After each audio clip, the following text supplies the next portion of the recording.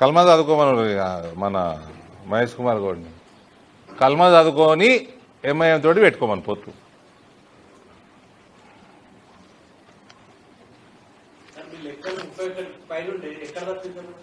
ఇక ఇవి 2-3 దైనా అని చెప్తున్నా కదా. ఇందులో 43 డివిజన్ కూడా లేదు.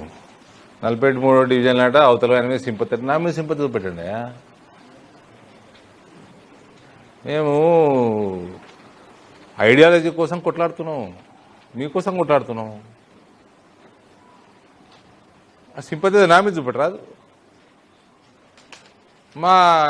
మా పార్టీ ఐడియాలజీ మీద చూపెట్టండి, మా పార్టీ మీద చూపెట్టండి.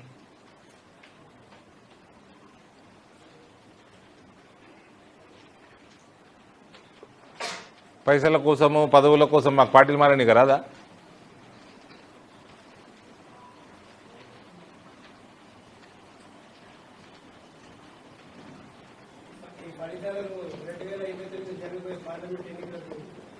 డామినేట్ చేస్తాం సార్, డామినేట్ చేస్తాం. ఎందుకు మొన్న పోయినసారి అసెంబ్లీలోనే కాంగ్రెస్కి మాకు సమానంగా వచ్చినాయి కదా ఓట్లు పార్లమెంట్లో, మొత్తం పార్లమెంట్లో.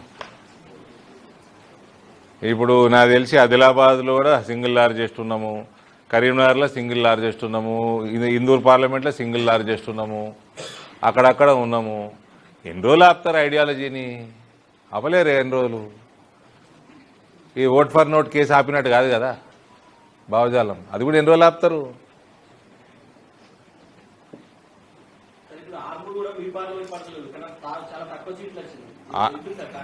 ఆర్మూరు మీద మేము విశ్లేషణ తప్పకుండా చేస్తాము, 100% చేస్తాము.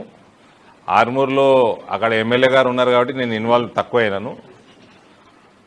డెఫినెట్లీ నెక్స్ట్ ఎలక్షన్స్లో I will involve my self completely.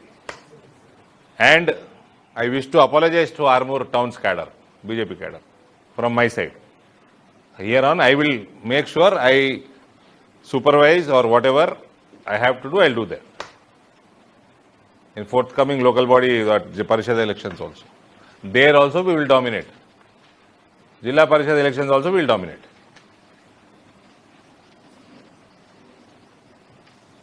And we will never read Kalma.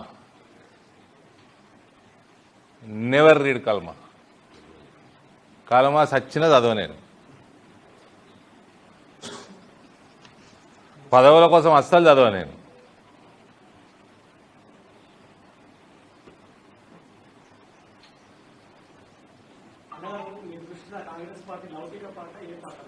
Congress party ఒక బ్రోకర్ పార్టీ.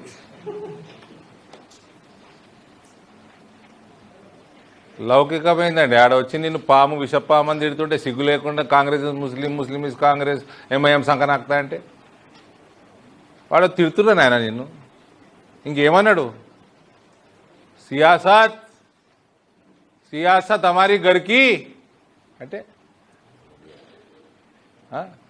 ఏమన్నాడు? స్పీచ్లో అన్నా కదా నేను. ఒక్కొక్క అనడం కూడా బాగుండదు.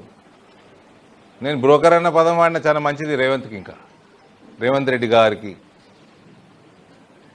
చాలా మంచి మర్యాద వాడిన నేను. ఆయన ఏమన్నాడు? నిన్ను సియాసతలు నువ్వే ఉన్నావు కదా. మళ్ళీ ఇప్పుడు సిగ్గు లేకుండా వాళ్ళతోటే అన్నీ వదిలేసుకుంటారు. మొత్తం సిగ్గు మానం అన్నీ వదిలేసుకొని కల్మా చదువుకొని పోయి ఎంఐఎం తోటి సంసారం మొదలు పెడతారు. ఇక ఇప్పుడు అక్బర్ అన్నది సంసారమే మరి.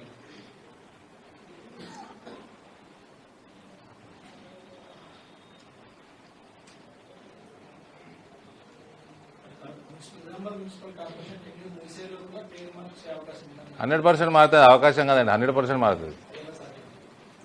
రాష్ట్ర ప్రభుత్వం మారంగానే మారుతుంది. 2 ఏళ్ళు ఉంది ప్రభుత్వం. ఇంకా ఏముంది, రాష్ట్ర ప్రభుత్వం మార్చాలి పేరు.